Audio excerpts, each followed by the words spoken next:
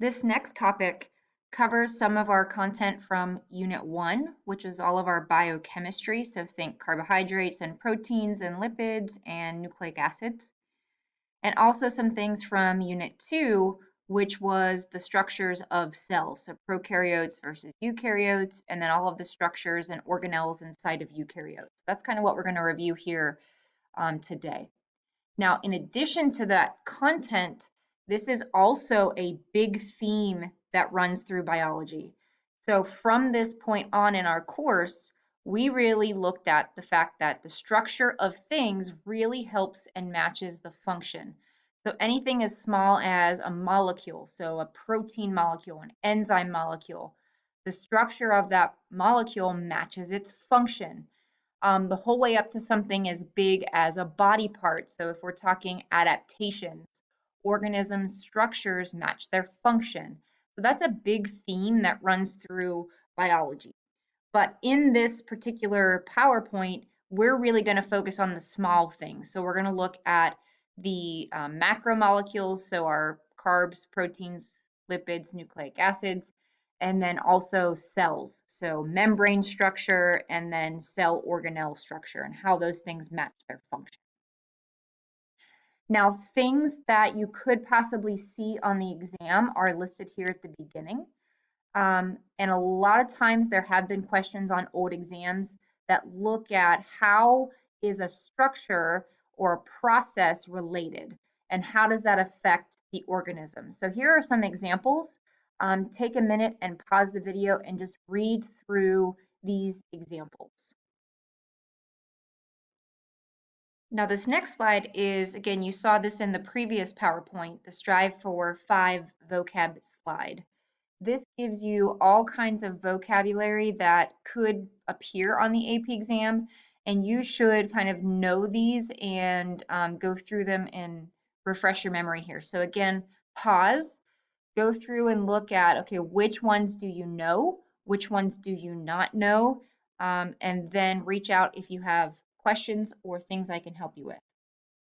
So let's start at the smallest level. Let's look at the elements that are in living things. And I kind of gave you this acronym CHOMPS way back.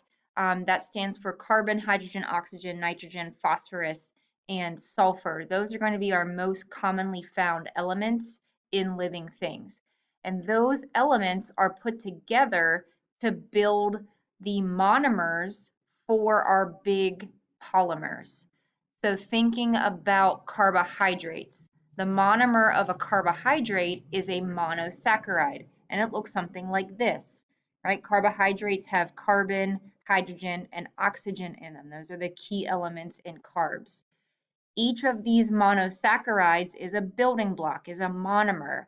We can put them together to build something bigger called a polymer, and we could make a really, really big carbohydrate.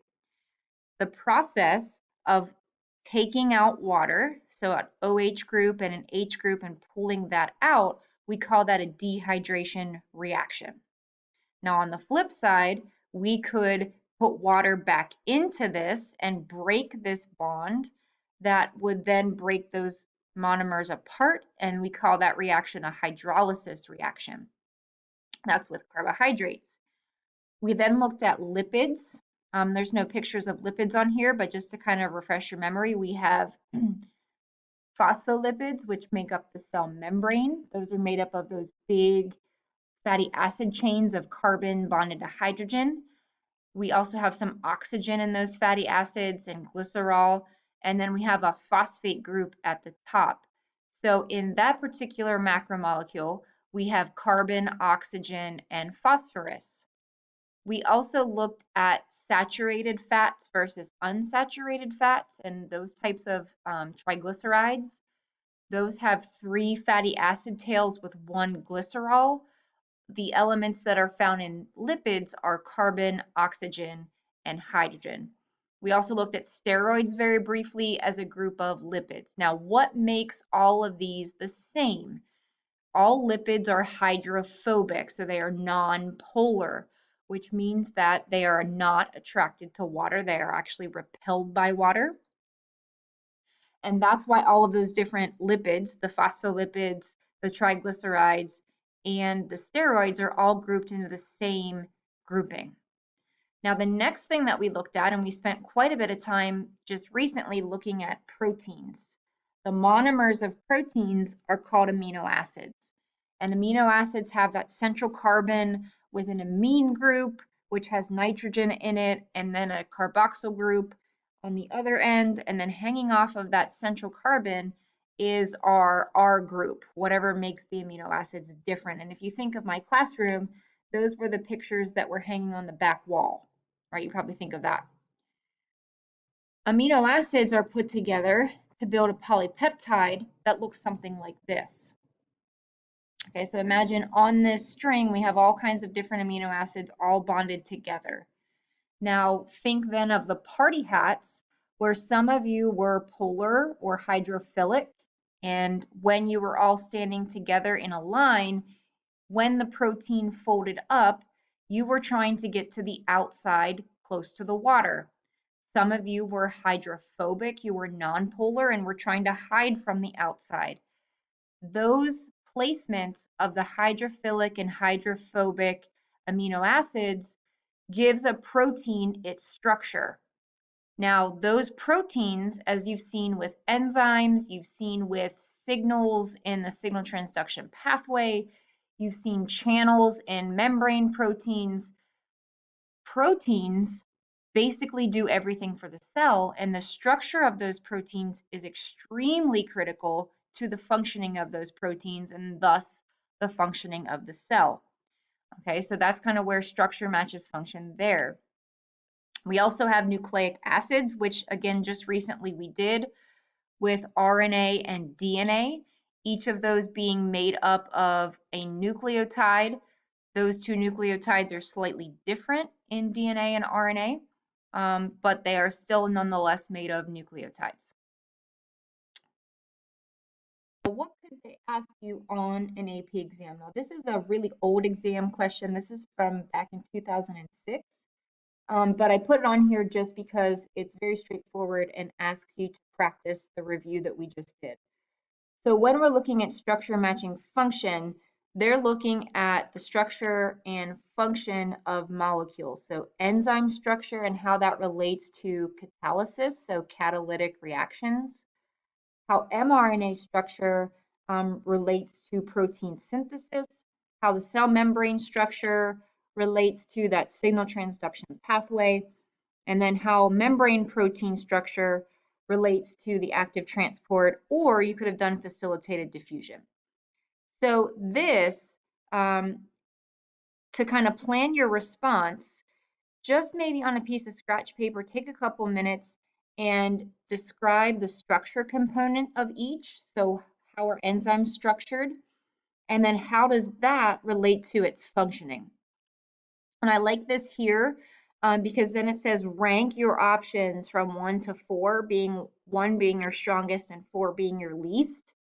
And usually on the AP exam, they would ask you to maybe list 1 or 2.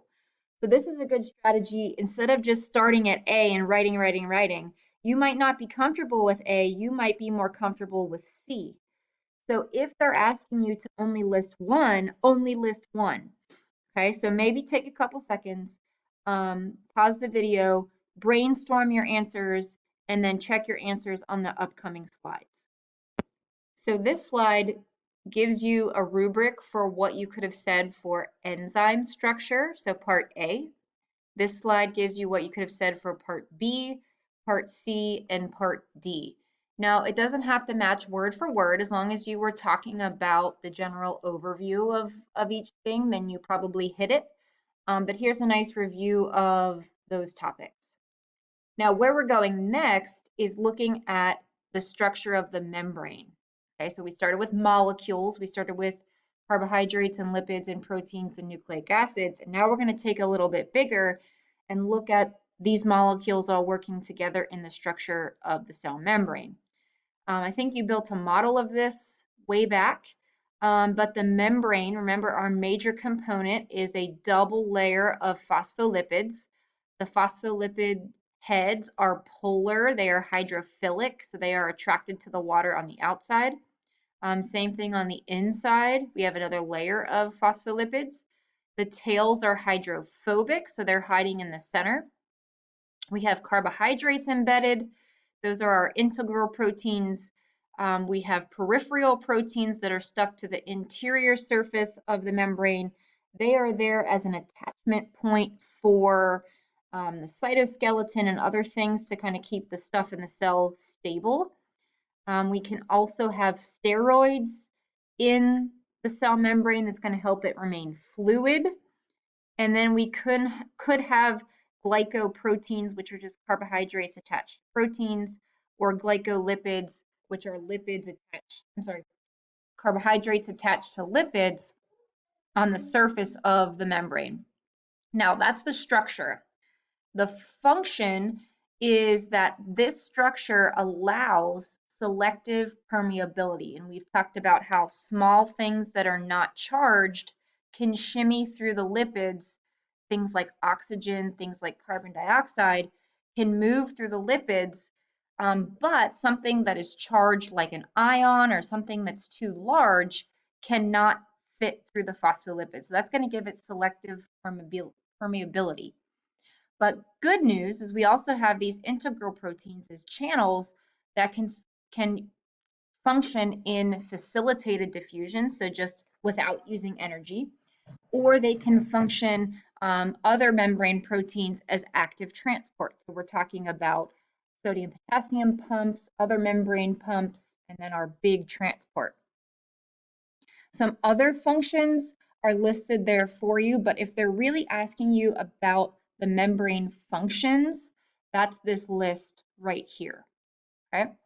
Now, here is another practice question. This one is from 2007, asking you about membranes, specifically the structure of the macromolecules in there, and then the function of each of those. So what is the structure and function of the membrane components?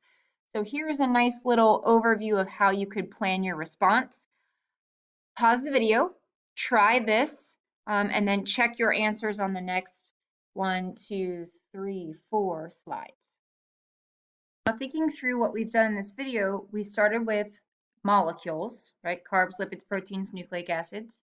Then we took that to a bigger structure and how those molecules work together in the cell membrane.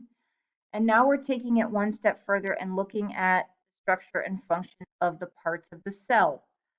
I would also review the difference between prokaryotes and eukaryotes if you're not able to kind of pull that out of your brain. That's something that we did a lot this year, but you might want to just review what's the differences, what's the similarities. But on this slide, I know it's small, this gives you an overview of the structures and their functions of the cell parts. Think back to when we did this, you did your cell speed dating, right? That was kind of silly to do, but that was the section that we're talking about. Some important things from this portion. I would know the names of these organelles and their functions, so maybe make some flashcards again if this is not coming to your memory. And then I would also kind of remember the big idea with the endomembrane system, right? So now that we've covered genetics, let's review that again. So the DNA is transcribed into RNA. RNA comes out of the nucleus and finds a ribosome. If the ribosome is on the rough ER, it's going to make a protein that gets shipped to the Golgi, and then that Golgi is going to ship that protein out of the cell. So that whole process of protein synthesis is happening in this endomembrane system. If it happens to go to a ribosome that's in the cytoplasm, it's going to stay in that cell, so the protein would be made there. So I would again take some time to review that process and how all those structures work together. The last question here is not really pertaining to the content on this year's exam, so you can just ignore that last question. I would rather you spend your time reviewing all of the organelles here, and then kind of comparing and contrasting this with plant cells. Again, if you have questions, attend our Zoom on Thursday or email me. I will be around. Thanks again, guys.